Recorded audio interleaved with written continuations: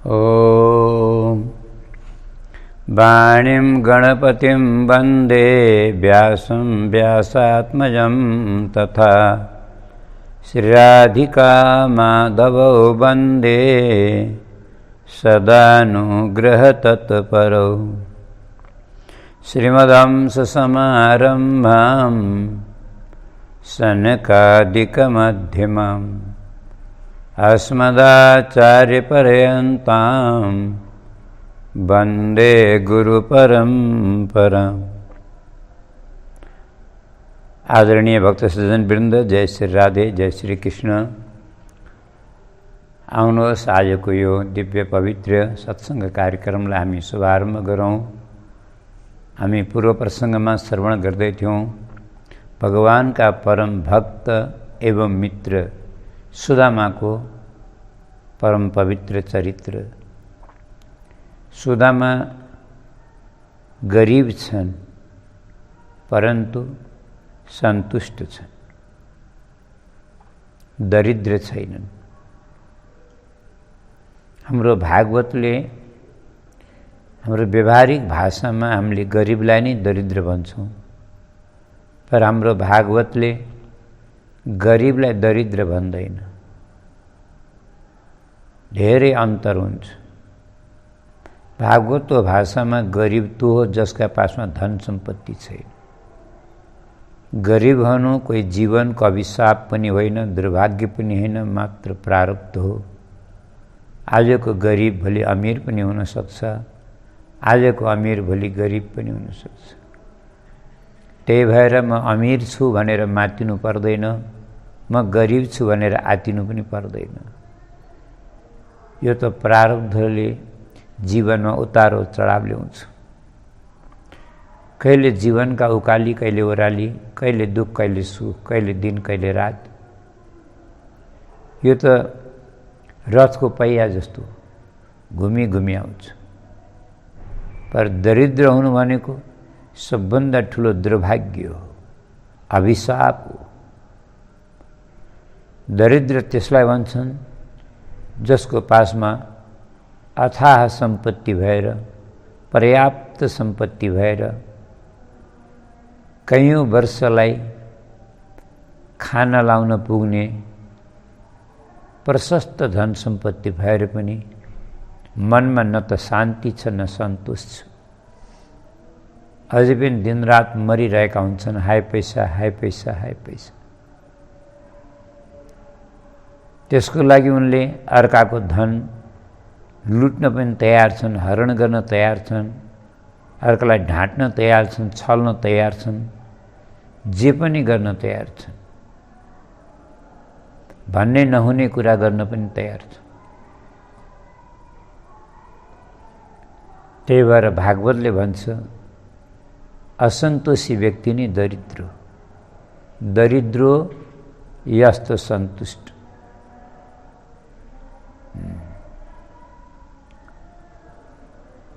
उनकी पत्नी पनि जस्तो नाम त्यस्तै गुण, सुशीला। वास्तवमै सुशीला छन्। कहिलेकाहीँ सुदामा विचलित हुन्छन्, कहिलेकाहीँ अलि आतिन्छन्। मैले नजाने केही पाप पो गरेको रहेछु कि भनी जस्तो लाग्छ। तर सुशीला सान्त्वना दिन्छन्, नै स्वामी त्यस्तो नभन्नुहोस्, भगवानले सब ठिक गर्नुहुन्छ। जहिले भयो भगवानले ठिक गर्नुहुन्छ। एक दिन त भगवानलाई पनि सङ्कोच लागेछ, मैले ठिक गर्ने कहिले होला। त्यही भएर आज साधु बनेर, भिक्षुक बनेर सुदामाको द्वारमा भगवान पाल्नुभयो। भिक्षाम देहि। सुशीलाका घरमा अन्नको दानो छैन भिक्षा दिनको लागि। त्यस्तो परिस्थितिमा पनि उनले छैन भन्न सकिनन्। भने महात्मा, हाम्रो घरमा सुतक लागेको छ, हजुरले सुतकको भिक्षा लिनुहुन्छ र? आजभोलिका जोगीले त हुन्छ चल्छ केलाई नलिने हो भन्छ। तर पहिलाका त जोगी पनि बडा विचित्रका हुन्थे। सूतक छ भनेको सुनेपछि भित्र पाइलो पनि नराख्ने, पानी पनि नपिउने, बाहिरबाट फर्कने चलन थियो। सुशीलाले पनि छैन भन्न नसकेर बहाना बनाएन सूतक छ भनेर। खुरुक्क फर्केर जालान् भनेको फर्कनेवाला जोगी भएको। कस्तो सूतक हो, जन्म सूतक हो कि मृत सूतक हो भन्ने लाग्यो। सुशीलाले मनमा विचार गरिन्, अब के भनौँ, भए पो भन्नु। जोगीलाई के थाहा बहाना बनाएको भन्ने। घबराइछन्, के भनौँ भनेर आइतिएर दुइटै हो महात्माजी भन्छ। दुइटै सूतक हो। दुइटै कति दिन भएका हुन्। ल दुइटै हो भनेपछि झन् खुरुक्क फर्कलान् भनेको कति दिन भएका हुन् अरे। पुरा हिसाब किताबै चाहियो उनलाई। अब के बताउने हो, भएको भए पो बताउने हो। बिचारा आत्तिछन्, के भनौँ भयो। यो सधैँभरिको हो नि, जीवनभरिको सूतक। महात्मा पनि दङ्गै परे। जीवनभरिको सूतक कस्तो हुन्छ र? मैले त कहिले सुने छैन। म त 13 दिनको सुनेको थिएँ, 11 दिनको सुनेको थिएँ, महिना दिनको पनि सुनेको थिएँ। कसैले आफ्ना मातापिताको वर्षैभरि आशोच मान्छन्, त्यो पनि सब सुनेको थिएँ। पछि जन्मभरिको सूतक कस्तो हुन्छ? सुशीलाले भनिन्, महात्मा तपाईँ यही सम्झनुहोस् न, जहिलेबाट म बिहा गरेर घरमा आएकी छु उसै दिनदेखि मेरो दरिद्र रूपी पुत्र दिनौँ जन्मेको छ। त दिनौँ सूतक भयो। अरू मेरो मङ्गल रूपी पुत्र दिनौँ मर्या छ। मरण सूतक भयो, मृत्यु सूतक भयो। महात्माले भने, सुशीला म साँच्चै भनौँ, तिमीलाई सूतक लागेको होइन, तिमीलाई त ग्रहण लागेको। तिमी पागल हो। यति दुःख पाएर यहाँ बस्नु भनेर तिमीलाई कसले भन्यो? तिमीलाई थाहा छैन? तिम्रा पतिका परम मित्र साक्षात् श्रीकृष्ण द्वारकाधीश परमात्मा हुन् भन्ने थाहा पाइ छैन? आफ्ना पतिलाई द्वारकाधीश भगवानका पासमा किन पठाउने हो? दुःख पाएर बस्नुपर्छ। अति कोही जोगी थोरै थिए, स्वयं भगवान जोगी भनेर आउनुभएको थियो। बस यति भन्नुभयो, अन्तर्ध्यान हुनुभयो। सुशीला झसँग भएन। आएका महात्मा कता गए? नआएको देखिन्, न गएको देखिन्। अचम्म परिन्। आज पहिलो बार सुशीलाले जब पति आए अनुरोध गरिन्, स्वामी हजुरले कथामा सधैँ भन्नुहुन्छ द्वारकाधीश श्रीकृष्ण मेरा मित्र हुन्, हामी सँगै पढेका हौँ। त्यस्ता मित्रलाई हजुर भेट्न किन जानुहुन्न? सुदामाले भने, सुशीला तिमी बुझ्दिनौ, तिमी कुरो बुझ्दिनौ। मित्र हुन् परन्तु आजका होइनन्, गुरुकुलका हुन्। गुरुकुलमा हामी सँगै पढ्थ्यौँ, हामीले मित लगाएका थियौँ, हामी मित्र थियौँ। परन्तु तिमीलाई थाहा छैन, आज उनी द्वारिकाधीश छन्, म गरिब सुदामा। यस्तो हालतमा म कदाचित द्वारकाधीश पासमा गएर यिनी मेरा मित्र हुन् भनेर भन्दा त्यहाँ कस्ता कस्ता राजा महाराजाहरू बसिया होला। बिचरा कृष्णलाई कति सङ्कोच होला, कति लाज होला। फेरि अर्को कुरा, सुशीला तिमीलाई थाहा छैन, दरिद्रकाले प्रिय दर्शनम छ, गरिबीमा मितका घर कहिले नजानु। र दोस्रो कुरा, जहाँ मान्छेले मनमा स्वार्थ राख्छ और आशा र अभिलाषा राख्छ, इच्छा र कामनाहरू मनमा राख्छ, सम्झनु त्यहाँ मित्रता खत्तम हुन्छ। सुशीलाले भने, स्वामी मैले हजुरलाई माग्न जानुस् थोरै भनिछु, म त दर्शन गर्न जानुस् पो भनेको त। माग्न किन पर्यो? नमागिरहनु। माग्न त म माग्दिनँ, परन्तु यो हालतमा यदि म द्वारकाधीशका पासमा गएँ भने तिमी आफै विचार गर त द्वारकाधीशले के सोच्ला। यो पक्कै पनि आशाले आएको, माग्न नसके पनि मनमा इच्छा राखेर आएको भन्ने हुन्छ कि नै? त्यो भएर तिमी यिनी कुरा नगर अहिले। सुशीलाले भने, ठिक छ स्वामी, म गर्दिनँ, पर एउटा कुरा हजुरलाई सोध्छु। हजुरले श्रीकृष्णलाई मित मान्नुहुन्छ, बहुत उत्तम कुरा हो, परन्तु एउटा कुरा बताउनुहोस्, हजुरले श्रीकृष्णलाई मित्र मात्रै मान्नुहुन्छ कि भगवान पनि मान्नुहुन्छ? सुदामाले भने, सुशीला तिमीलाई यस्तो शङ्का कहाँबाट आयो? हेर, मैले भगवान मानेर भगवान हुने, मैले नमानेर भगवान नहुने हुन्छ र त्यस्तो? आकाशमा सूर्य छन्, कसैले म सूर्यलाई भगवान मान्दिनँ, देवता मान्दिनँ, सूर्यको अस्तित्व मान्दिनँ भन्छ भने के सूर्यको अस्तित्व समाप्त हुन्छ? अच्छा, उल्लुले कहिले सूर्यको अस्तित्व स्वीकार्छ भन्नु त? उल्लुलाई यदि कसैले सोध्यो भने त्यसले के भन्छ थाहा छ? उसले भन्छ दुनियाँमा सूर्य नामको कोही चिजै हुँदैन, सूर्य कोही देवता, सूर्य भनेको कोही छँदै छैन भन्छ, किनकि बिचराले कहिले देखेको छैन। उसले कहाँबाट स्वीकार्छ? अरू त उल्लुले स्वीकार गरेन भन्नेमा अनि सूर्यको अस्तित्व समाप्त हुन्छ त?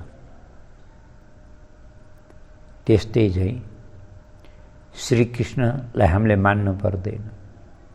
हामीले नमाने पनि उनी परब्रह्म हुन्, उनी परमात्मा हुन्। मित्रता त यो मेरो सौभाग्य या मेरो प्रयास होइन, यो त श्रीकृष्णको कृपा हो। उनले मलाई मित्र बन्ने सौभाग्य प्रदान गरे र वास्तवमा आत्माले मैले उनलाई मित्र होइन, परमात्मा मान्छु, भगवान मान्छु। अच्छा, यो पनि बताउँछु सुशीला, सुन, मैले कृष्णलाई भगवान कहिलेबाट मानेको थाहा छ? तिमीलाई म एउटा कथा सुनाउँछु, ल बस। जहाँ शान्तिपनी मुनिका म आश्रममा बसेर विद्या अध्ययन गर्थेँ, म पढ्न बसेको थिएँ। हाम्रो गुरुकुलको एउटा नियम थियो, जुन विद्यार्थीले पाठ बुझाउन सक्दैन, पढ्नमा लापरवाही गर्छ, प्रमाद गर्छ, ढङ्गले पढ्दैन, प्रमाद गर्छ, पाठ बुझाउँदैन, त्यो विद्यार्थीलाई गुरुजीले दण्ड दिनुहुन्थ्यो। अब दण्ड कस्तो दिनुहुन्थ्यो थाहा छ? जङ्गलमा गएर एक भारी समिधा ल्याउनु पर्ने, एक पन्त दुई काज। उता विद्यार्थीलाई दण्ड भयो र यता आश्रमको हवनको लागि समिधा आए। त्यस दिन त्यस्तै भयो, मैले पाठ बुझाउन सकिनँ, गुरुजीले मलाई दण्ड दिनुभयो, समिधा लिएर आऊ। समिधा लिन वनमा गएको थिएँ और समिधा एकत्रित गर्दा गर्दै जङ्गलमा मेरो पैरमा काँडो चिब्यो और काँडो यस्तो अप्ठ्यारो थियो मैले त्यो काँडोलाई हातले निकाल्न सकिनँ। लाख कोसिस गर्दा पनि काँडो मेरो हातमा आएन। असह्य पीडा भयो। म पैर समातेर रोइरहेको थिएँ। बाटा हिँड्ने पथिकहरूलाई यात्रीहरूलाई मैले गुहार लगाएँ, लौ न हजुर मेरो पैरको पैतालाको काँडो निकालिदिनुहोस्। मान्छेले सहानुभूति दिन त परै जाओस्, सहयोग गर्न त परै जाओस्, काँडो निकाल्ने त कुरै छोडिदिउँ। ऊपरबाट ताना मार्दै हिँड्थे। तेरो कोही म नोकर हुँ र भन्थे कसैले। कसैले तेरो आँखा फुटिया छन्, बाटा हेरेर हिँड्न सक्दैनस्, काँडो निकाल्दै भन्छ। कसैले भन्थे हाम्रा पासमा फाल्तु समय छैन दुनियाँको काँडा निकाल्दै हिँड्ने। कसैले भन्छन् एउटा पैरको काँडो आफै निकाल्न सक्दैन, यस्ताको पनि कहिले सहायता गर्छ। ताना त सबैले मलाई सुनाए, परन्तु दया कसैले देखाएन। और यत्तिकैमा उताबाट श्रीकृष्ण बलरामको रथ आयो। टाढेबाट श्रीकृष्णले मलाई देखेर होला सारथीलाई, सारथी रथ रोक रथ रोक रथ रोक भने। सारथीले जसै रथ रोके श्रीकृष्ण रथबाट उत्रेर मेरो नजिकमा आइपुगे। श्रीकृष्णले सोधे, भाइ के भयो तिमीलाई, पैरमा काँडो बिजो? म बोल्न सकेन, शिर हल्लाएँ। के भयो निकाल्न सकेनौ? म निकाल्दिउँ? मलाई त लाज लाग्यो, सङ्कोच भयो। कस्ता कस्ता भिखारी जस्ता देखिने मान्छेलाई हात जोडेर रुँदै गुहार माग्दा त कसैले दया देखाएनन्, ताना मार्दै गए। अब यस्तो रथमा आएका राजा महाराजा जस्तालाई मैले आफ्नो पैरको काँडो निकालिदेऊ कसरी भन्नु? पर्दैन हजुर, म आफै निकाल्छु भने। केलाई किन सङ्कोच गरेको? अच्छा तिमी सुन, तिमी कहाँ बस्छौ? मैले आफ्नो परिचय दिएँ। म शान्तिपनि गुरुका आश्रममा पढ्न बसेको छु। पाठ बुझाउन सकेन, गुरुजीले दण्ड दिनुभयो, संविदा लिन आएको, पैरमा काँडो गड्यो, निकाल्न नसकेर यहाँ बसेको छु। ल त्यसो भए त हामी साथी भइहाल्यौँ नि। भोलिदेखि त म पनि त्यहीँ गुरुजीका आश्रममा पढ्छु। हामी एउटै क्लासमा पढ्ने है। मसँग मितलाउँछौ?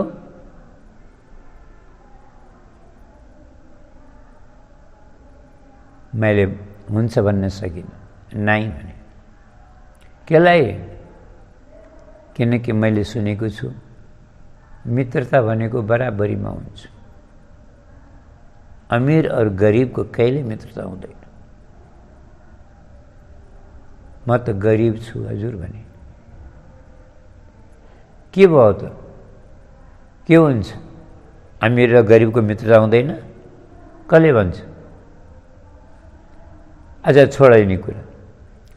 सम्बन्ध तिमीले जोड, निभाउने काम मैले गर्छु, हुन्छ?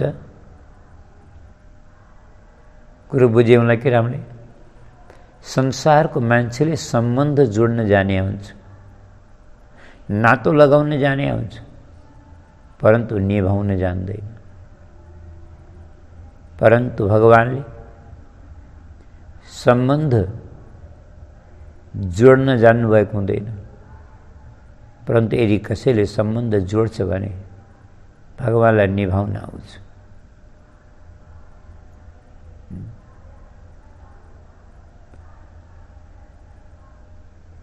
सुदामा केही बोल्न सकेनन्, खाली शिर हल्लाए। भगवानलाई उठाएर हृदय लगाउनु, आलिङ्गन गर्नु, हात मिलाउनु। ल अबदेखि हामी मित्र मित्र। अच्छा, मित्रताको अर्थ बुझिया छौ कि छैनौ? मित्र भनिसकेपछि मनमा कुरो लुकाउन पाइँदैन, जस्ताको तस्तै भन्न पर्छ, चाहे दुःखको कुरा होस् चाहे सुखको कुरा होस्। मनका कुरा आपसमा बाँड्नुलाई नै मित्रता भनिन्छ। मन मिलेपछि मित्रता हुन्छ, तन मिलेर मात्रै हुँदैन। सुदामाले बिचरा खाली शिर हल्लाए। ल ठिक छ, अब काँडो निकालौँ। सुदामाले अझै पनि सङ्कोच गर्दै थियो। भगवान्ले यसको मतलब तिमीले अझै पनि मनले मित्रता लगाएका छैनौ। अब मित्र भइसकेपछि अब के को सङ्कोच? गएर भगवान्ले जबरजस्ती पैर समात्नुभयो, काँडो निकाल्न खोज्नुभयो। पैताला काँडो यस्तो गड्या थियो, भगवानको पनि हातमा आएन। भगवान्ले सुदामाको चरण उठाएर पैतालो मुखै लैजानु। पैतालो दाँतले काँडो टोकेर थुत्नुभयो। सुदामा बिचारा सङ्कोचले, लाजले भुतुक्क भए। त्यो सुदामा भन्छन्, सुशीला, मैले उसै दिन निर्णय गरेँ, श्रीकृष्ण मनुष्य हुन सक्दैनन्। किनकि मनुष्यमा यति गुण हुनै सक्दैन। श्रीकृष्ण परमात्मा हुन्, मलाई उसै दिन विश्वास भयो।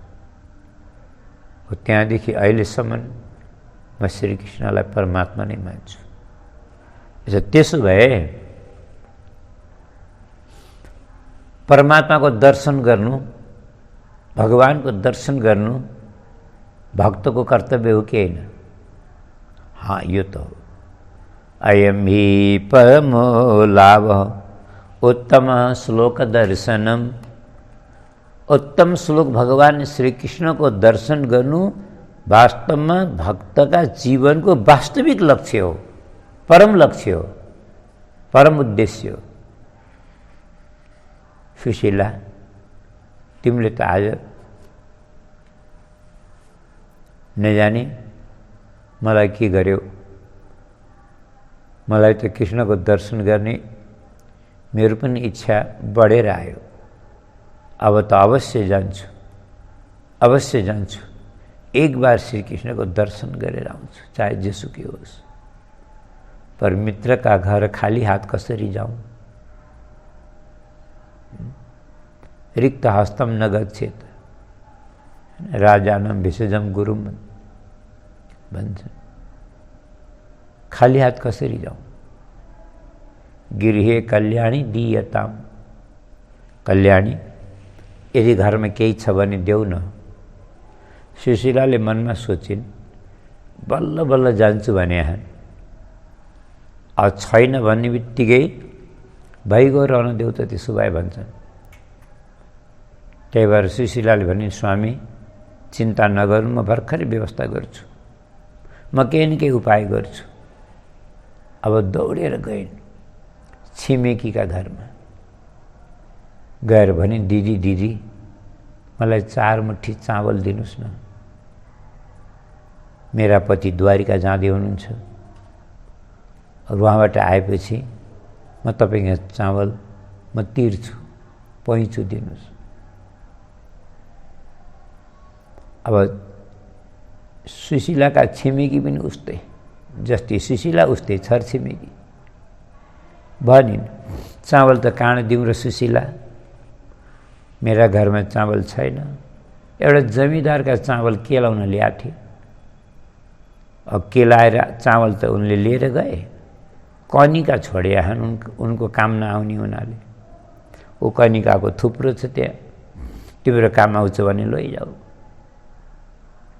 हामी गरिबहरूको त छाक टार्ने त्यही उपाय हो, अरू केही छैन। दिदी भनिहाल्यो के को पैँचो तिर्न पर्यो, लैजाऊ तिमीलाई जति चाहिन्छ। एक बार त मनमा सोचिन् सुशीलाले, द्वारिकाधीश भगवानको लागि उपहार कनिका के पठाउने, भइगयो भने जस्तो लाग्यो। पर फेरि मन त सङ्कल्प विकल्पात्मक हुन्छ नि त, होइन? कुरा अनेक प्रकारका खेल्छन् मनमा। यो मनमा कहिले सङ्कल्प आउँछ, कहिले विकल्प आउँछ। फेरि विचार गरिन्, नलगेर पनि के दिने त? त्यही कनिका 4 मुठी एउटा रुमालमा पोको पारिन्, ल्याएर सुदामालाई दिइन्। भने स्वामी हजुरले बाटामा नहेर्नु होला। अब सुदामाले त पोको कोखिलामा चापे, अब निस्के त्यहाँबाट द्वारिका जानको लागि। बिचरा सुदामापुरीबाट बाहिर गएका थिएनन्, निस्कन पाएका थिएनन्। रात परिगयो। एउटा शिलामाथि आफ्नै हातको तकिया गरेर यसो पल्ट्या थिए, भुसुक्क निदाएछ। अन्तर्यामी प्रभुलाई दया लाग्यो। बिचरा सुदामा यही गतिले आयो भने कहिले आइपुग्ला। अन्तर्यामी प्रभुले योगमायालाई आदेश गर्नुभयो, योगमाया जाऊ यति सेवा गर, सुदामा सुतेको शिला नै उठाएर ल्याएर द्वारिकामा राखिदियो। योगमायाले गएर पुरै शिला उठाएर, विशाल शिला थियो, यहाँ सुतेका थियो, शिलैसित उठाएर ल्याएर द्वारिकाको बगैँचामा राखिदिनु भयो। सुदामा जाग्दा त झसङ्ग भए। सुतेको त सुदामापुरीमा थिए, यहाँ कसरी आइपुगे? अचम्म परि सोधे त्यहाँ, यो कुन ठाउँ हो भनेर। द्वारिका हो। हाँ, याद आयो। सुत्ने बेलामा द्वारिका कहिले पुगम्ला भनेर द्वारिका गर्दै सुत्या थिएँ। त्यही भएर जाग्ने बेलामा द्वारिकै आइछ। कुरो बुझ्यो मलाई कि राम्ररी। सुत्ने बेलामा द्वारिकाको याद गरेर सुत्ने हो भने अचानक राति यात्रा भयो भने पनि द्वारिकै पुगिन्छ। अच्छा, यो मजाक पनि होइन, सत्य कुरा हो। मान्छेले सुत्ने बेलामा भगवत चिन्तन गरेर सुत्छ। यदि उठ्ने बेलामा भगवत चिन्तन गर्दै उठ्छ भने उसको पुरा रात, पुरै निद पनि भजनमा गनिन्छ। उसको भजन हुन्छ, हैन? निद्रा समाधि स्थिति। खेर सोध्दै सोध्दै सुधर्म सभाको द्वारमा पुगे। द्वारपालहरूलाई भने, द्वारपाल हो, म सुदामा, पुरीबाट आएको सुदामा ब्राह्मण, श्रीकृष्णसँग भेट गर्न आएको। म मित हो कृष्णको, हामी गुरुकुलमा सँगै पढेको, मित लगाएको। यति खबर पुर्याइदिन सक्छौ? द्वारपालहरूले पागल सम्झे। देख्दाखेरि अवस्था पागलको जस्तो छ। पैरमा जुत्ता छैनन्, शरीरमा वस्त्र छैन, शिरमा पगडी टोपी छैन, माई खाने भिखारी जस्तो छ। द्वारकाधीश भगवानलाई मेरो मिज्जु भन्ने कसले पत्याओस्? एक लात्ती दिएर, धक्का दिएर यहाँबाट निकालिदिउँ जस्तो लाग्यो द्वारपाललाई। परन्तु डर आए नहीं। एक बार वैकुण्ठमा 5-5 वर्षका चावडा बालक, लगोटी मात्रै लागेका गएका थिए। बालक सम्झेर बाटो छेक्ने हुँदा 3 जन्म तक असुर कुलमा भटक्नु पर्यो। 3 जन्मपछि आज बल्ल तल्ल मुक्ति मिलेछ। फेरि यिनलाई धक्कामुक्की गर्दाखेरि फेरि के हालत हुने हो? किनकि भगवानका मित्रताको त कोही भरोसै हुँदैन, कोही विश्वासै हुँदैन। भगवानका मित्र कस्ता हुन्छन्? कस्ता भिखारी जस्ता पनि हुन्छन्। किनकि भगवानले कसैको वेशभूषा हेर्नुहुन्न, कि कसैको धन सम्पत्ति हेर्नुहुन्न, कसैको रूप रङ हेर्नुहुन्न, कसैको छाला हेर्नुहुन्न के मित्रता लगाउनको लागि। भगवानलाई बराबरीको चाहिँदैन। भगवानलाई त जसको मन पवित्र छ, जसको भाव शुद्ध छ, भगवानलाई त त्यही मनपर्छ। त्यही भएर भनिदिनु नि ठिक छ। ब्राह्मण देवता हजुर एकछिन पर्खनुहोस् है, हामी खबर पुर्याउँछौँ। अब खबर पुर्याउन दे, अब खबर पुर्याउन दिउँ। खबर पुर्याएपछि भगवानले के गर्नुहुन्छ अर्को भागमा निवेदन गरौँला।